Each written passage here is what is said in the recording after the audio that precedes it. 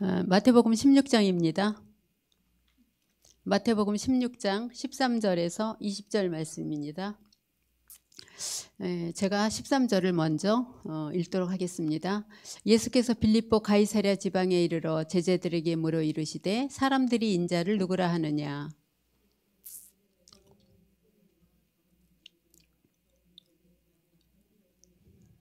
이르시되 너희는 나를 누구라 하느냐.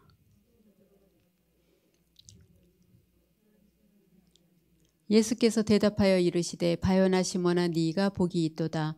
이를 네게 알게 한 이는 혈육이 아니요 하늘에 계신 내 아버지시니라.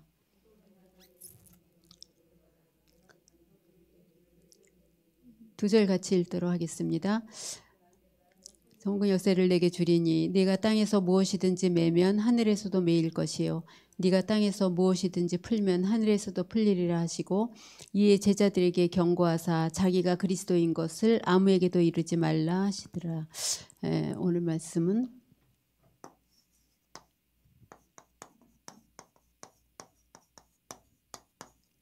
하나님 쓰시는 일꾼입니다. 마태복음 13장 16절에서 20절, 마태복음 16장 13절에서 20절입니다.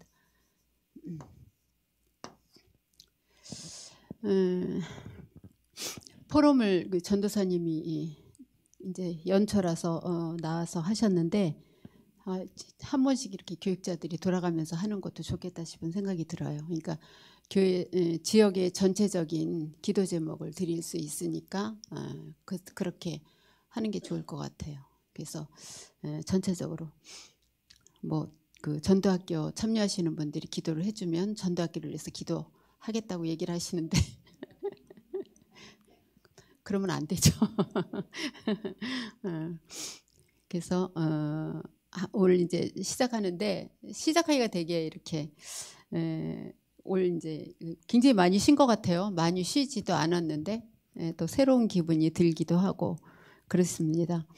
오늘 말씀을 보면 예수님의 질문이에요. 너희는 나를 누구라 하느냐. 그래서 누구든지 만날 때 신자 불신자 할 것 없이 하나님의 쓰시는 일꾼에 대한 얘기를 나눠보는 것이 좋습니다. 하나님은 누구를 쓰시냐. 진짜 기도 응답 받으면 모든 게 달라지는데 우리가 증거 붙잡을 때 반드시 응답은 옵니다.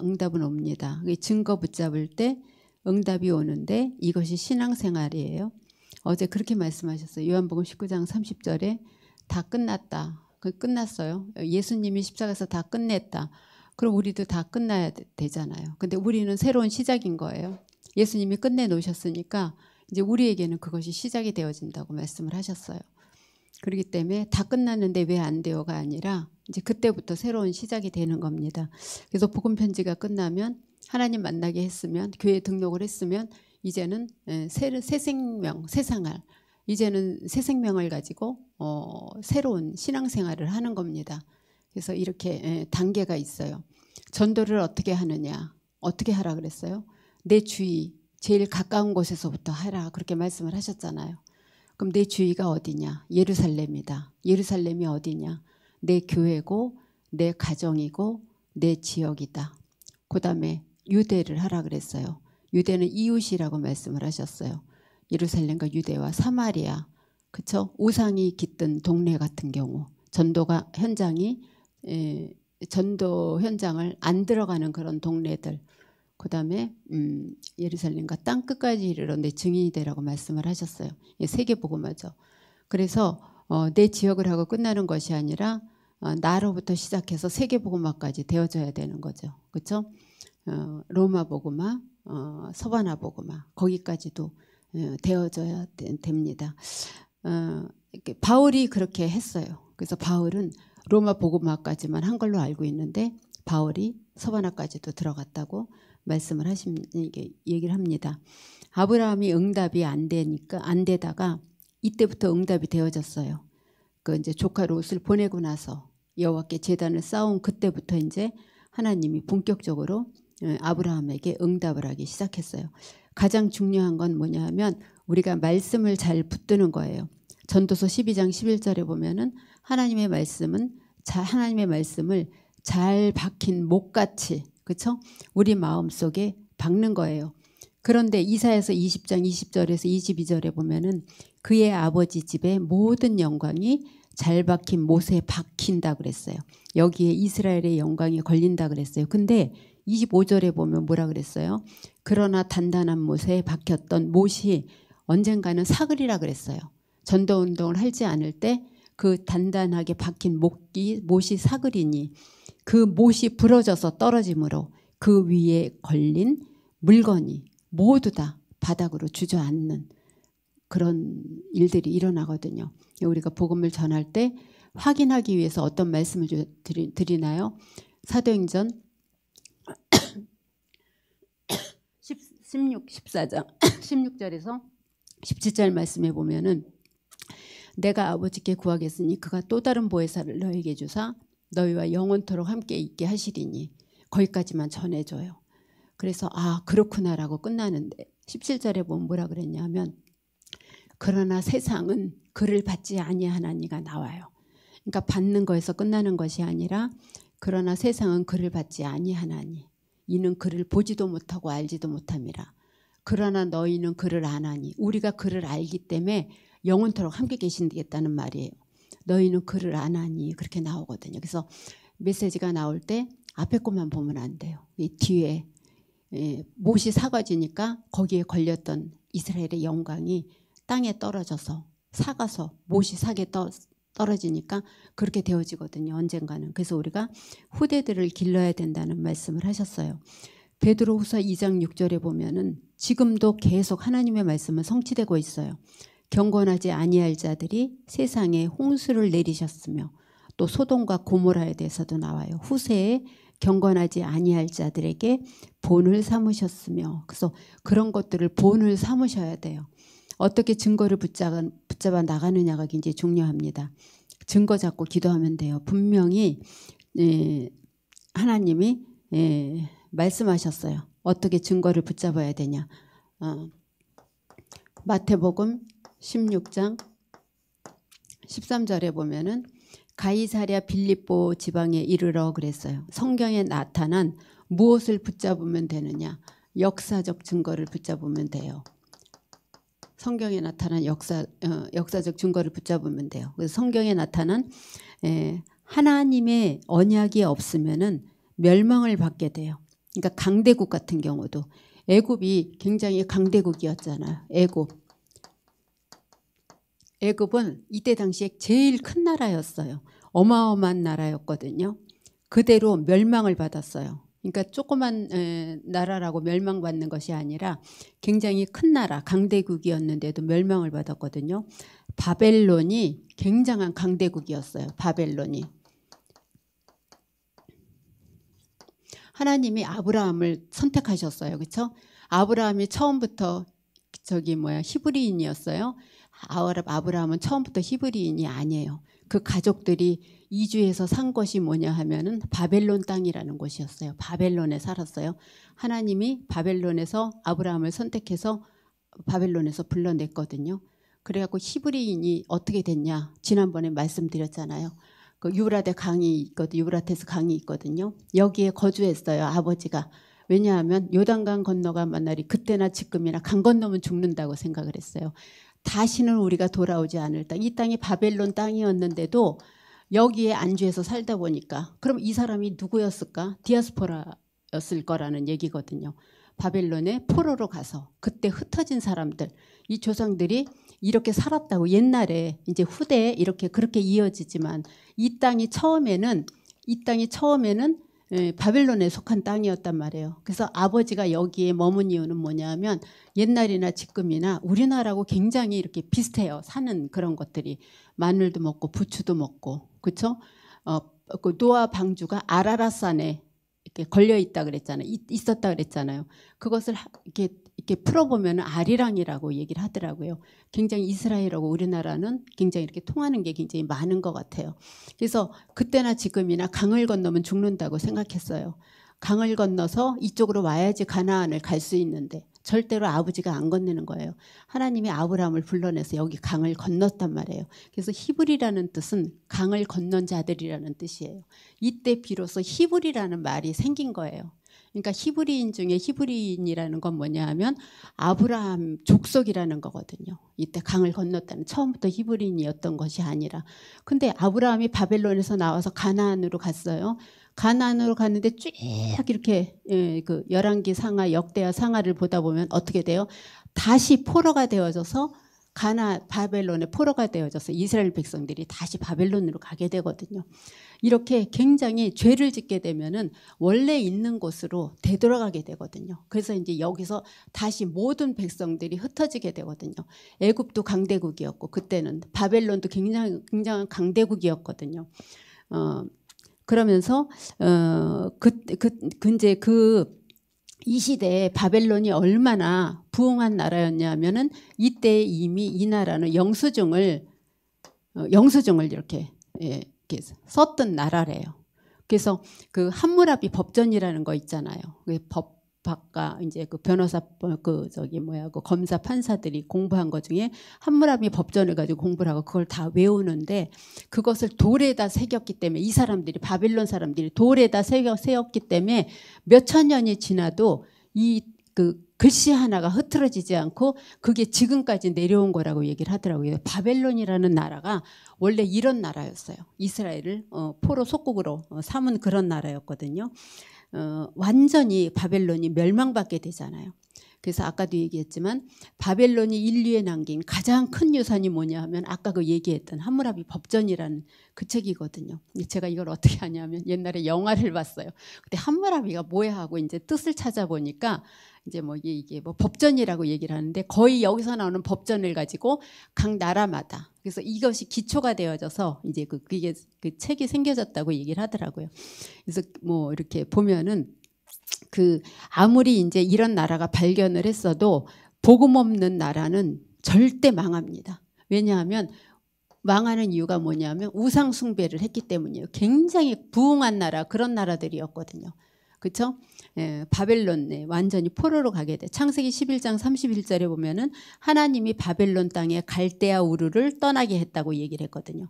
창세기 11장 31절에 보면은. 그러면 갈대아 우르는 어떤 땅이에요? 하나님이 바벨론 땅의 갈대아 우르라 그랬어요. 그러니까 갈대아 우르는 바벨론 땅이었다는 얘기가 성경에 나와 있거든요. 그러니까 다시 또 포로가 되니까 바벨론 땅으로 다시 들어간 거예요. 가나안까지 나왔다가. 그래서 그러면서 굉장히 강대국이 있잖아요. 바사라는 나라. 블레셋이요. 블레셋도 굉장히 이스라엘을 괴롭혔던 나라잖아요. 팔레스틴의 난민들. 그러니까 팔레스틴 지금 이제 팔레스틴이라고 얘기도 안 해요. 팔레스틴 잘 나오지도 않아요. 근데 블레셋이라는 말은 완전히 없어졌잖아요. 다 망했거든요. 그다음에 로마라는 나라도요. 그렇죠? 옛날에 어떤 영광은 갖고 있는지 몰라도 지금은 그렇지 않습니다. 이렇게 역사적인 증거를 보면 돼요. 하나님 없는 나라, 하나님의 말씀이 없는 나라를 하나님이 어떻게 없애버리는지, 망하는지 보면은 그래서 가이사랴 빌립보에 이르러 그렇게 말씀을 하셨어요. 그러니까 가이사랴 빌립보라는 지역이 이 사랴 빌립보라는 지역.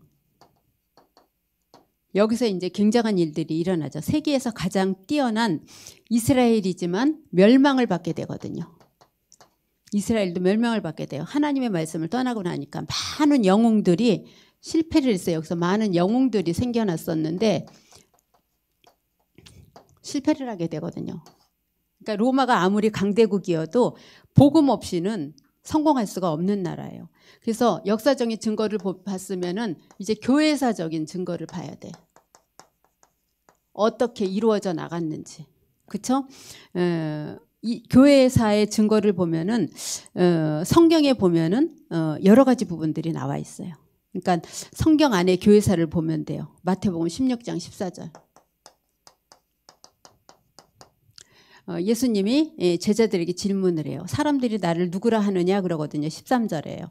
그랬더니 어떤 사람이 14절에 보니까 세례 요한이라고 합니다. 그래요. 주님을 세례 요한이라고 합니다. 그렇게 얘기를 해요. 이건 아니잖아요. 그렇죠? 어떤 사람이 또 뭐라 그래요? 엘리야라고도 합니다. 엘리야. 처음부터 엘리야의 능력을 본 사람들은 복음 속에 들어오기가 힘들어요. 이걸 봤기 때문에요. 눈에 보여지는 걸 굉장히 사모하게 돼요. 지금도 눈에 보여지지 않는 것 때문에 다락방은 뭐 이렇게 저기 방언도 못하게 한다 그러고 떠난 사람들이 많아요. 근데 지금은 없잖아요. 이제 오래되다 보니까. 근데 이것 때문에 사실적으로 떠난 사람들이 있어요. 지난번에도 말씀하셨지만.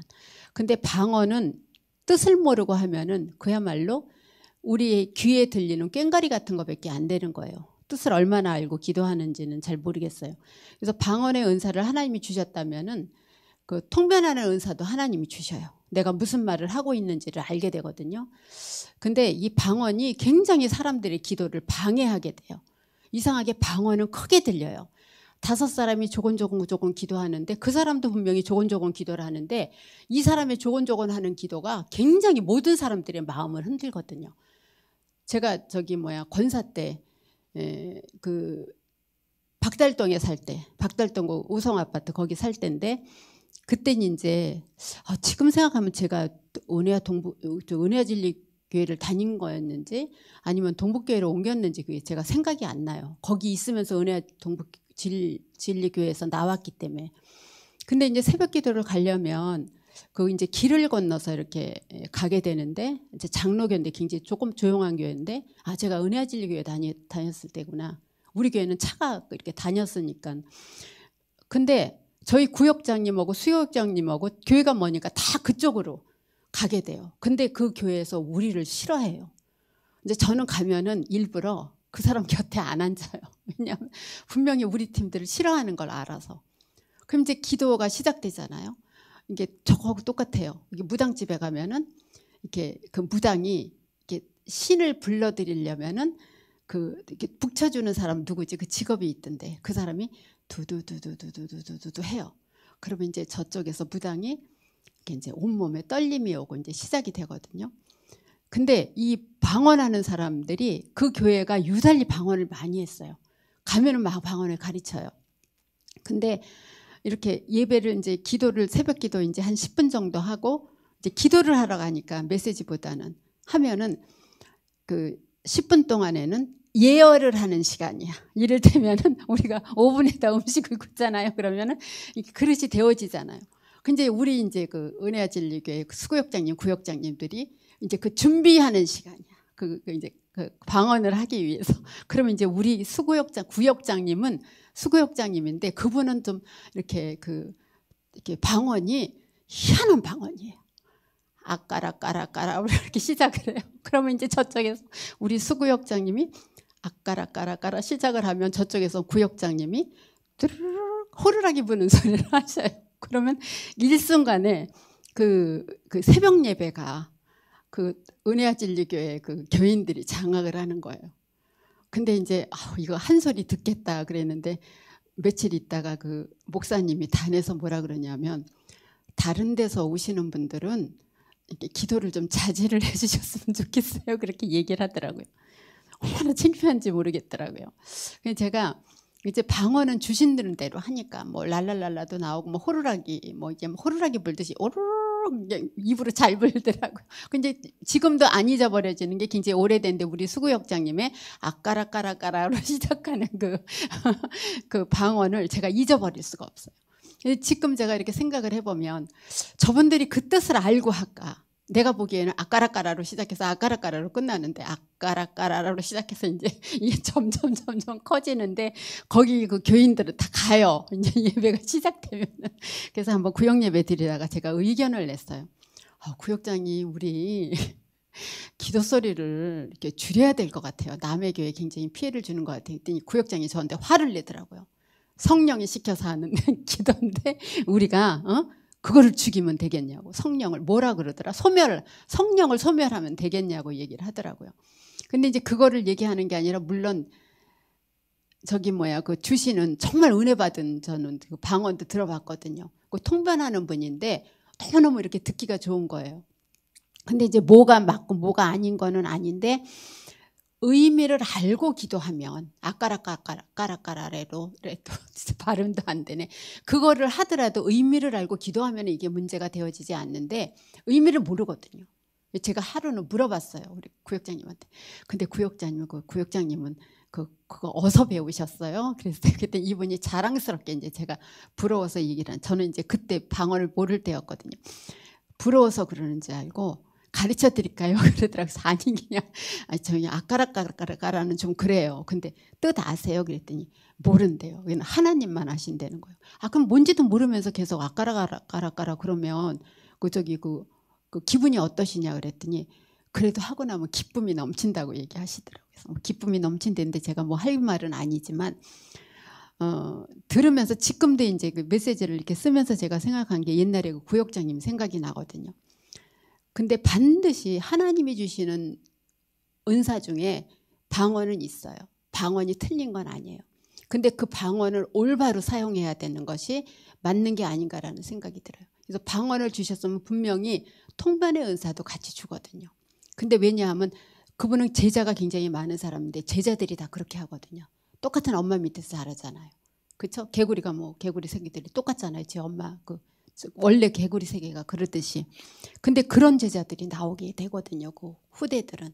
그래서 우리가 알아도 해도 제대로 알고 해야 되는데 처음부터 그 맛을 들인 사람은 여기서 빠져나오질 못해요. 그래서 제가 떠나는 사람 중에 제일 1순위가 뭐냐 하면 이거예요. 기도가 양에 차지가 않는데요. 막 부르짖고 싶고 방언도 하고 싶은데 그래서 저한테 꾸준하게 의견을 냈어요. 그분들이요. 방을 하나 만들어 달라. 근데 뭐 그거 저한테 얘기한다고 그게 되어지나요? 근데 방은 있어요. 우리 저기 보면은 얼마든지 와서 뭐 늦게까지 뭐 기도하고 뭐 난방 켜고 하면 되는 거죠. 그래서 해달라 그러지 말고 있는 방을 활용을 하면 되는 게 아닌가 싶은 생각이 들고 꼭 밤에 누워서 자면서 그걸 해야 되냐 이거죠. 근데 그분들은 자면서 할 수 있게 그런 장을 마련해 달라는 거예요. 우리 그 김성 목사님 여기 올라와서 하시잖아요. 저기 별거 다 있어요. 전등 그거부터 시작해갖고 전등 생각도 안 나네. 그것도 시작해갖고 옷 다 가져가셨네. 겨울옷. 여기다 놓고서 새벽기도 끝나고 나면 여기 와서 맘 놓고 부르짖고 기도하거든요. 그래서 교회 곳곳에 기도할 수 있는 데가 굉장히 많아요. 근데 문제는 뭐냐면 이것 때문에 교회를 떠나요. 이건 잘못 들어간 신앙이에요. 그렇죠? 반드시 똑같아야 돼요. 말씀과 기도가 똑같이 가요. 이쪽으로만 가도 신비로 나가고 이쪽으로만 가도 율법으로 나가거든요. 반드시 같이 나가야 됩니다. 엘리야 같은 신앙. 사람들이 누구라 생각하느냐 나를 엘리야로 생각을 합니다. 사람을 고치는 신비를 가진 그런 능력자로 생각을 합니다. 이렇게 얘기를 하거든요. 자, 눈물이 많은 박애주의자. 교회는 구제도 중요하지만 그게 목표는 아니잖아요. 그 다음에 선지자 중에 하나라 하나이다 그래요. 선지자 중에 하나. 가르치는 분. 그렇죠? 교회는 종교가 아니에요. 교회에 이런 요소가 있지만 이거는 교회가 아니고 하나님 없이는 망합니다. 그렇죠? 교회에 다녀도 복음을 못 깨달으면 실패하게 돼요. 복음을 못 깨달으면 뭔가 자꾸 다른 걸 찾아다니게 돼요. 다른 것. 더 좋은 것이 있나 하고 찾아다니게 되거든요. 그렇죠? 옷은 충분히 찾아다닐 수 있어요. 유행이 있으니까 그때그때마다. 근데 말씀은 복음밖에 없어요. 그래서 다른 복음을 전하는 자들 그러잖아요. 그렇죠? 그 바울이 이제 1차 전도 여행 때 그 교회를 4군데를 세웠어요.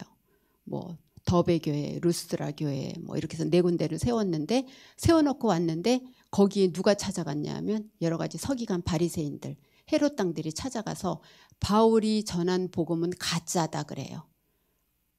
가짜다 그렇게 얘기를 해요. 그렇죠? 가짜라고 얘기를 하는데 가짜라고 얘기하면서 왜 가짜냐. 할례가 심어지지 않는 복음이었기 때문에 그건 가짜다고 얘기를 하거든요. 바울이 나중에 그거를 듣고 고린도 사람들, 갈라디아 사람들에게 편지를 보내는 거예요. 다른 복음은 없다. 다른 복음을 전하면 안 된다라는 얘기를 하거든요.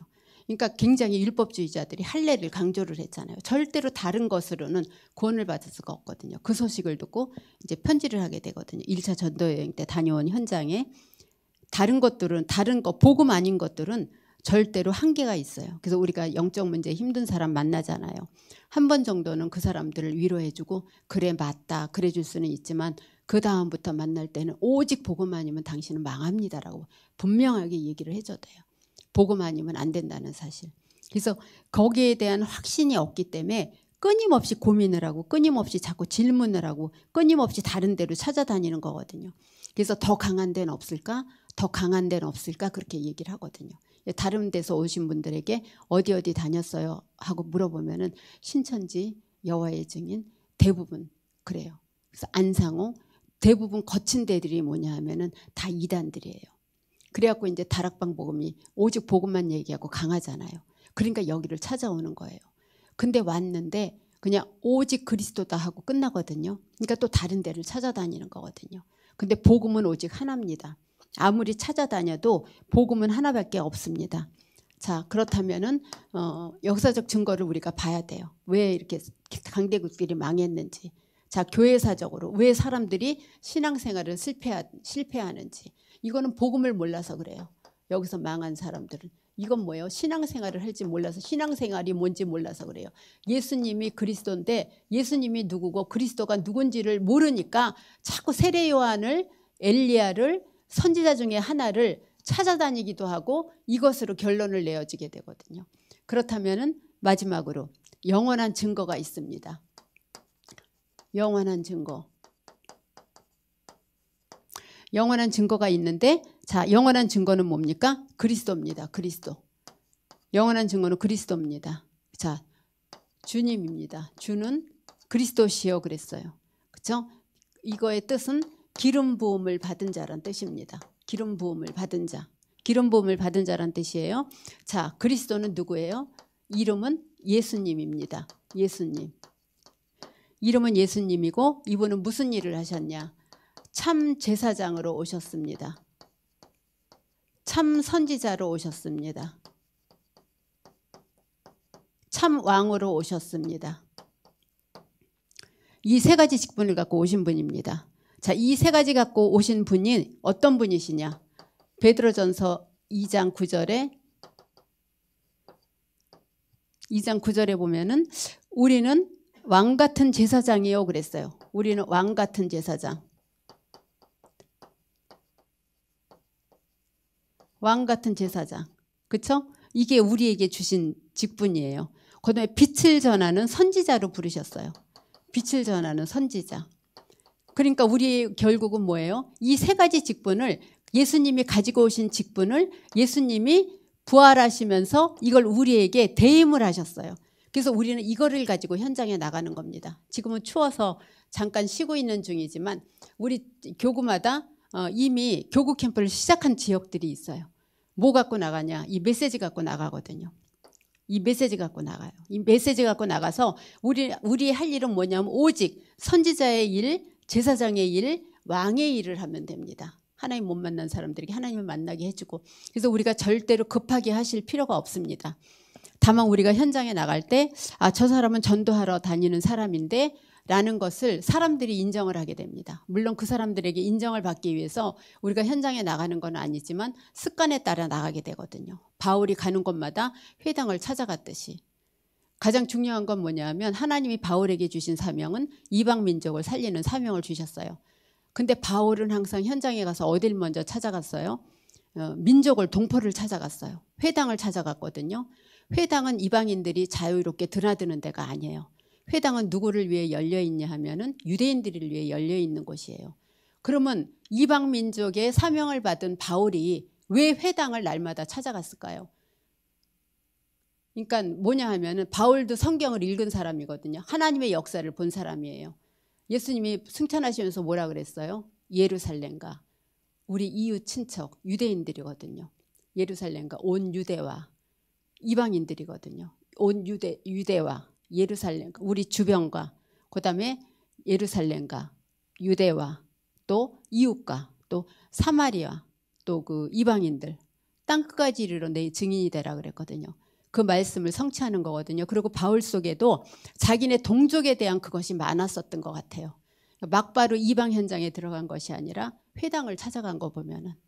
그래서 회당을 찾아가서 하는 중에 그래서 근데 바울이 놓치지 않은 게 있어요. 항상 낮에 시간이 있을 때 천막을 지면서도 그 무슨 거리라 그러지? 노작거리인가? 뭐 하여튼 그 저작거리에 나가서 개인적으로 개인 전도를 하다 보면 많은 사람들이 몰려들었대요. 그 사람들이 바울이 어디에서 전도하는 걸 알아갖고 회당으로 이제 찾아오게 된 거고, 그래서 이게 유대인을 먼저 살리고 회당에 찾아가서 유대인을 먼저 살리는 자리에 가서 일단 전했거든요. 이제 바울이 굉장히 고난도 많이 받기도 했죠. 우리의 사명은 그 사명이에요. 그럼 제가 아까 우리 신전사님이 나와서 포럼을 하셨지만 그 성도분들이 하는 포럼하고는 달라요. 전도사님은 지역 전체를 향한 70인 제자예요. 그러면 여러분들 중직자들은요, 내 지역을 향해서 70제자를 찾는 거거든요. 전도사님이 생각하는 70제자하고 여러분들이 생각하는 70제자하고는 다른 거거든요. 이제 지교회 사역자 모임이 있어서 그 지교회를 갔는데 장로님이 지난번에도 말씀드렸지만 목사님 이거 전도 대상자예요 하고 보니까 주시는데 이걸 이렇게 만드셨더라고요. 만드셔갖고 이게 이렇게 쭉 있어요, 줄이. 여기서부터 여기까지 한 뭐 5, 6명은 직원들이에요. 여기서부터 여기까지는 보통 이제 그 주변 사람들이더라고요. 송파에 뭐 그 일로 인해서 사업하고 연결된 사람들. 또 이쪽에 이렇게 한 그룹은 뭐냐 하면 친구 부부들. 그렇죠? 여긴 거래처. 그러니까 여기는 거래처, 여기는 직원, 여기는 친구와 친구 부부들, 여기는 주변에 본인이 다니면서 차 시켜 먹고 식사하고 내 주변에 건물 주위에 있는 사람들하고 이걸 딱 주셨어요. 근데 이분이 70명인지 알고 절 주신 건 아니에요. 이 사람들 몇 사람이나 돼요? 했더니 한 69명에서 70명 되는 거예요. 그래서 이거 놓고 기도해라. 지금 70제자에 대한 걸 이렇게 나오고 있다라고 얘기를 했거든요. 근데 유 목사님도 위성지교회 메시지에서도 그랬고 이번에 메시지에서도 그랬지만 어디부터 시작하냐? 예루살렘부터 시작을 해라 그렇게 얘기를 했거든요. 내 주변, 내 교회, 내 가족부터 시작을 하라 그랬거든요. 너무 잘 인도받고 있는 거다 제가 말씀을 해드렸어요. 이분이 생각하는 지교회는 저는 상관없어요. 기도는 해주고 이분이 연결되어지면 가서 복음은 전할 수 있어요. 근데 이거는 그 장로님의 70제자를 위한 거예요. 그럼 저는요, 장로님 같은 제자 70명을 얘기를 하는 거죠. 그렇죠. 그래서 아까 나와서 잠깐 포럼을 해주시는데 제가 새로운 기도 제목을 붙든 게 그렇구나. 처음에 이렇게 돌아가면서 기도하는 동안에는 그죠, 전도사님들이 나와서 기도를 해주시는 것도 좋겠다라는 생각이 들었거든요. 그래서 나에 맞는 나의 현장에 70제조를 놓고 기도를 해야 되잖아요. 그래서 기도하는 사람이 어느 날 기도하는데 이렇게 놓고 기도를 하더라고요. 어제도 이제 밤 9시에 다락방을 하는데 다른 곳에서 지교회를 하고 있는 분이 저기에 도전을 받으시는 거예요. 나도 그렇게 해서 해야 되겠네요. 그리고 이제 이분이 이렇게 잘하시는 게 뭐냐면 해갖고 그 예배 참석한 팀들한테 쫙 이렇게 나눠주더라고요. 교육자들한테. 그래서 말씀을 정확하게 붙들고 계시는 것 같고 이렇게 포럼을 들을 때마다 그 포럼 속에서 많은 그 답들을 저도 이제 은혜도 찾아내고 그러기도 해요. 그래서 우리가 나가는 현장은 그냥 엉터리 현장이 아니라 이것이 성취되어지는 현장이라는 거예요. 그래서 우리가 지금 기도로 준비해야 되겠죠. 그래서 메시지를 듣는 순간 하나님이 주시는 언약을 강단에서 붙들으면 됩니다. 그 언약을 나의 언약으로 증거로 붙잡을 때 그때부터 역사가 일어납니다. 어떤 메시지의 증거를 붙잡냐. 우리 교육자들이 있습니다. 하나님이 주시는 메시지의 증거를 붙잡아야 돼요. 우리 교육자들은 전도와 제자입니다. 전도와 제자. 아까 그 포럼에 이렇게 전도사님 포럼에 나와 있듯이 이것만 붙잡으면 돼요. 이 사람을 어떻게 도와주면 되지? 그렇죠. 중직자들은요. 한 지역입니다. 내가 있는 지역. 그다음에 어제 선교사님도 나와서 말씀을 하셨지만 한 나라.